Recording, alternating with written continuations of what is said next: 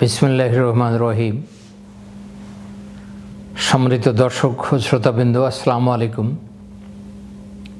আপনার সামনে একটা নতুন বিষয় নিয়ে আলোচনা করার জন্য হাজির হলাম।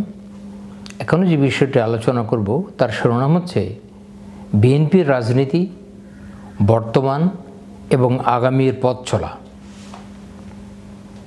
তো বিএনপির রাজনীতি নিয়ে আলোচনা করতে গেলে একটু পিছন ফিরে তাকাতে হবে। শহীদ প্রেসিডেন্ট জিয়াউর রহমান উনি বাংলাদেশের স্বাধীনতা যুদ্ধে উনি যুদ্ধের ফিল্ডে নিজে যুদ্ধ করেছেন, স্বাধীনতার ঘোষণা দিয়েছেন এবং সেক্টর কমান্ডার ছিলেন। এবং যুদ্ধ শেষ করেই প্রেসিডেন্ট জিয়াউর রহমান, তখন তো প্রেসিডেন্ট ছিলেন না, উনি মেজর ছিলেন, উনি যুদ্ধ শেষ করেই আবার যখন মুক্তিযুদ্ধে আমাদের বিজয় হলো, এই বিজয় হওয়ার পরে উনি আবার সেনাবাহিনীতে ফিরে আসলেন। তারপর তো দেশ চলতে থাকলো। 1975 সালে 15ই আগস্ট একটি দুঃখজনক ঘটনা ঘটার পরে দেশ নানান ধরনের বিশৃঙ্খলার ভিতরে পড়ে গেল। এক পর্যায়ে প্রেসিডেন্ট জিয়াউর রহমানকে দেশের এক ক্রান্তির লগ্নে রাষ্ট্রের দায়িত্বভার গ্রহণ করতে হয় এবং এক পর্যায়ে উনি একটা দল গঠন করেন। সেই দলের নাম বাংলাদেশ জাতীয়তাবাদী দল, বিএনপি। এই বিএনপি ইতিমধ্যেই অনেকগুলো বছর অতিক্রান্ত করেছে, বেশ কয়েকবার ক্ষমতায় ছিল, রাষ্ট্র পরিচালনা করার অভিজ্ঞতা আছে এবং এই বিএনপি জন্মের পর থেকে বিএনপির রাজনীতি নানান বাঁকে আবর্তিত হয়েছে। বিএনপি কখনো ভালো অবস্থায় ছিল, আবার কখনো কখনো তাকে অনেক অত্যাচারের মুখোমুখি হতে হয়েছে। এবং প্রেসিডেন্ট জিয়াউর রহমান 4 বছরের মতো সময় উনি ক্ষমতায় ছিলেন এবং যে মুহূর্তে উনি ক্ষমতায় ছিলেন সেই কয়েক বছর সারা দেশ উনি ভ্রমণ করেছেন। উনি খুবই জনপ্রিয় একজন ব্যক্তি ছিলেন। উনি সৎ, নির্ভীক, দেশপ্রেমিক লোক ছিলেন এবং সারা পৃথিবীতে যেসব রাষ্ট্রনায়ক সামরিক বাহিনী থেকে এসে রাষ্ট্র পরিচালনা করেছেন, শহীদ প্রেসিডেন্ট জিয়াউর রহমান তাদের ভিতরে একজন কিন্তু ব্যতিক্রম ছিলেন। ব্যতিক্রম এই জন্য যে উনি রাষ্ট্রের দায়িত্বভার গ্রহণ করার পরে সব ধরনের রাজনীতিকে উন্মুক্ত করে দিয়েছিলেন, সংবাদপত্রের স্বাধীনতা ফিরিয়ে দিয়েছিলেন এবং একদলীয় শাসন ব্যবস্থার ভিতর থেকে বহুদলীয় গণতন্ত্র প্রতিষ্ঠা করেছিলেন। তো প্রেসিডেন্ট জিয়াউর রহমান এবং তার জীবনী নিয়ে অন্য একটা আলোচনা, আরও দীর্ঘায়িত আলোচনা করব। আজকে বিএনপি রাজনীতি নিয়েই আলোচনা করি। তারপর তো 1971 সালে শহীদ প্রেসিডেন্ট জিয়াউর রহমানের মর্মান্তিক মৃত্যুর পরে নির্বাচন হলো। সেই নির্বাচনে প্রেসিডেন্ট আব্দুল সাত্তার সাহেব রাষ্ট্রভার গ্রহণ করলেন, রাষ্ট্রের দায়িত্ব গ্রহণ করলেন। কিন্তু কয়েক মাস না যেতেই প্রেসিডেন্ট হোসেন মোহাম্মদ এরশাদ, তিনি তখন সেনাবাহিনী প্রধান, এই সামরিক শাসন জারি করে ছাত্রের কাছ থেকে ক্ষমতা ছিনিয়ে নিলেন। তারপর বিএনপি অনেক সংগ্রাম, অনেক অত্যাচারের বিনিময়ে এবং এই স্বৈরাচারের এরশাদের বিরুদ্ধে আন্দোলন করে 1990 সালের সব দল মিলে এরশাদের বিরুদ্ধে আন্দোলন করে একটা গণ অভ্যুত্থান ঘটে এবং গণ অভ্যুত্থানের পরেই 1991 সালে যে নির্বাচনটি হয়, সেই নির্বাচনে বিএনপি বিপুল ভোটে বিজয় হয় এবং পর্যায়ে রাষ্ট্রের দায়িত্বভার গ্রহণ করেন। খালেদা জিয়া প্রধানমন্ত্রী হন, তিনি বাংলাদেশের প্রথম মহিলা প্রধানমন্ত্রী। তো 1991 থেকে 96 পর্যন্ত এই সময়টাতে বিএনপি খুব ভালোভাবে রাষ্ট্র পরিচালনা করেছে। তারপর তো বিএনপির বিরুদ্ধে তত্ত্বাবধায়ক সরকার নিয়ে ব্যাপক আন্দোলন হয় এবং আন্দোলনের পরে এক পর্যায়ে তো 1996 সালের আবার আরেকটা নির্বাচনে, সেই নির্বাচনে আওয়ামী লীগ বিজয় হয়। আওয়ামী লীগ আবার 1996 সাল থেকে 2001 পর্যন্ত রাষ্ট্র পরিচালনা করে। আবার 2001 সালে বিএনপি তত্ত্বাবধায়ক সরকারের মাধ্যমে যে একটি নির্বাচন হয়, সেই নির্বাচনে বিপুল ভোট বিজয়ী হয়ে আবার রাষ্ট্রের শাসনভার গ্রহণ করেন। এই 2001 থেকে 2006 সাল পর্যন্ত যে রাষ্ট্র পরিচালনা করেছে বিএনপি, এই মুহূর্তে এই সময়কালে বিএনপির কিছু ভুল ত্রুটি হয়েছে। সেগুলো নিয়ে তখনকার পত্রপত্রিকা এবং পরবর্তী পত্রপত্রিকায় অনেক আলোচনা হয়েছে। তারপর তো একটি পর্যায়ে রাজনীতি করতে গেলে, রাষ্ট্র পরিচালনা করতে গেলে তো ছোটোখাটো কিছু ভুলই হয়।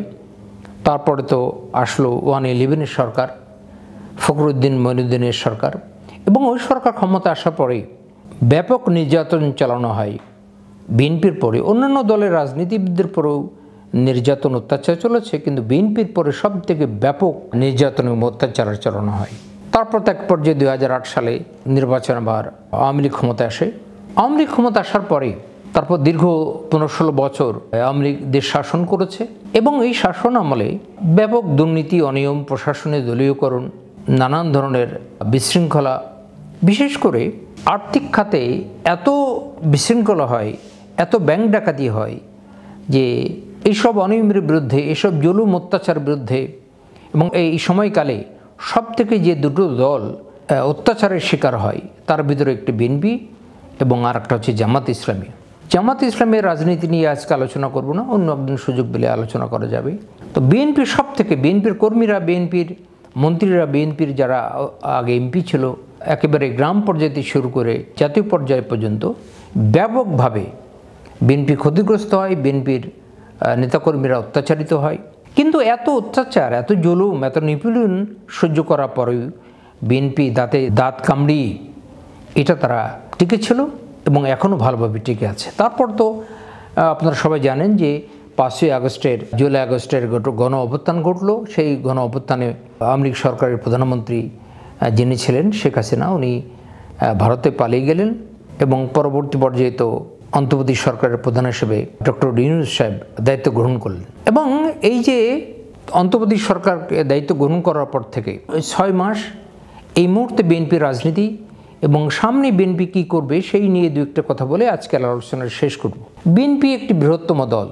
বাংলাদেশের 35 থেকে 40% লোক মনে করা হয় যে বিএনপির সমর্থক, এবং বিএনপি যেহেতু অতীতে অনেকবার রাষ্ট্রের দায়িত্ব ভার গ্রহণ করছেন, রাষ্ট্র শাসন করেছেন, রাষ্ট্র পরিচালনা করার দায়িত্ব আছে এবং রাজপথে সংগ্রাম করার অনেক অভিজ্ঞতা আছে তার। কিন্তু 5ই আগস্ট গণ অভ্যুত্থান ঘটার পরেই অন্তর্বর্তী সরকারের কিছু কিছু বিষয় নিয়ে, তারপরে জামাত ইস্যু নিয়ে, বৈষম্য বিরোধী ছাত্র আন্দোলনের সাথে কিছু কিছু বিষয় নিয়ে বিএনপির মতবিরোধ ঘটছে। এবং গণতান্ত্রিক একটি সমাজে নানান মত থাকবে, নানান পথ থাকবে, তর্ক বিতর্ক থাকবে, এর ভিতর দিয়ে আমাদের সামনের দিকে চলতে হবে। তো বিএনপি যেহেতু একটু প্রধান বিরোধী দল এবং বাংলাদেশের কোটি কোটি লোকের জনসমর্থনে দলটির আছে, এই দলটির কাছে জনগণের প্রত্যাশা, বাংলাদেশের প্রত্যাশা অনেক। সরকার যে অনেকগুলো সংস্কার কমিটি গঠন করেছেন রাষ্ট্রের বিভিন্ন ক্ষেত্রে সংস্কার করবার জন্য, সেই সংস্কার কমিটিগুলো তাদের ইতিমধ্যেই কয়েকটা কমিটি তাদের চূড়ান্ত সুপারিশপত্র সরকারের কাছে পেশ করেছে। এবং বিএনপিও অন্তর্বর্তী সরকারের সংস্কার কমিটিগুলো গঠন করার আগেই বিএনপি তার 31 দফা দাবি তার জনগণের সামনে তুলে ধরেছে। আপনারা জানেন যে বিএনপির যখন জন্ম হলো তখন শহীদ প্রেসিডেন্ট জিয়াউর রহমান জাতি গঠনে, রাষ্ট্র গঠনে উনি 19 দফা ঘোষণা করেছিলেন, আর বিএনপি এখন জনগণের সামনে 31 দফা ঘোষণা করেছে। তা আমি সেটি পর্যালোচনা করেছি, দেখেছি যে বিএনপির যে 31 দফা, তার ভিতরে সরকার যে অনেকগুলো সংস্কার কমিশন গঠন করেছে, অনেক বিষয়ে এই 31 দফার সাথে মিল আছে। সুতরাং বিএনপি যদি কোনোদিন ক্ষমতা আসে তাহলে সরকার যেসব বিষয়গুলো সংস্কার করে যাবেন, এবং বিএনপি ক্ষমতা আসলে তারা তো বলেছে যে জাতীয় সরকার গঠন করবে এবং সবাইকে নিয়েই তারা রাষ্ট্র পরিচালনা করবে। এবং এই যে সামনের দিনগুলোতে বিএনপির যে পথ চলা সেটা কিভাবে হবে এবং আগামী জাতীয় নির্বাচন পর্যন্ত তারা কিভাবে রাজনীতি করবে, এগুলো তো বিএনপির কেন্দ্রীয় নেতৃবৃন্দ তারা এইগুলো ডিসিশন মেকিং করবে। আমি যেহেতু বিএনপির কোনো ডিসিশন মেকার নই, কোনো পলিসি মেকার নই, আমি একজন সাধারণ নাগরিক হিসেবে, বিশ্ববিদ্যালয়ের একজন অধ্যাপক হিসেবে এই বিএনপির রাজনীতি নিয়ে একটু আলোচনা করছি। তো এখন এই মুহূর্তে আমার মনে হয় যে এই তত্ত্বাবধায়ক অন্তর্বর্তী সরকার আসার পরে কিছু কিছু ক্ষেত্রে কোনো জায়গায় বিএনপির কর্মীরা কিছু কিছু বিশৃঙ্খলা ঘটিয়েছে, যেগুলো পত্রপত্রিকা আসছে, এবং সেসব বিষয়ে বিএনপির ভারপ্রাপ্ত চেয়ারপারসন তারেক রহমান সাহেব কঠিন পদক্ষেপ গ্রহণ করেছেন। এবং আমার সাজেশন, আমার পরামর্শ এবং আমার মতো অনেকেরই পরামর্শ, সেটি হচ্ছে যে বিএনপির কর্মী বা কোনো সমর্থক যদি আরও কোনো বিশৃঙ্খলা ঘটায় অথবা দলের কোনো ভাবমূর্তি নষ্ট হয় এমন কোনো কার্যক্রমের সাথে জড়িত থাকে, তাহলে বিএনপি আরও কঠোর পদক্ষেপ গ্রহণ করবে বলেই আমরা প্রত্যাশা করি। এখন বিএনপি যেহেতু রাষ্ট্রীয় ক্ষমতায় যেতে চায়, একটা বড় দল, সেইভাবেই তার প্রতিপক্ষ থাকবে। এখন তার প্রতিপক্ষ মাঠে যারা আছে তারাও তাদের মতো খেলছে, বিএনপি বিএনপির মতো খেলছে।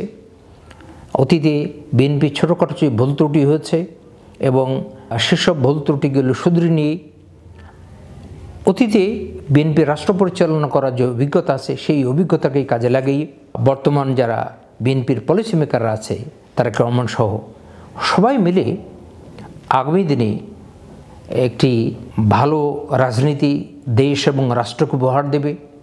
এবং যদি বিএনপি ক্ষমতা আসতে পারে তাহলে বিএনপির 31 দফা তারা দেশে জনগণের মঙ্গল ও কল্যাণের জন্য 31 দফার ভিতরে যে সব সুপারিশ করা হয়েছে সেই সুপারিশের আলোকে রাষ্ট্র পরিচালনা করবে।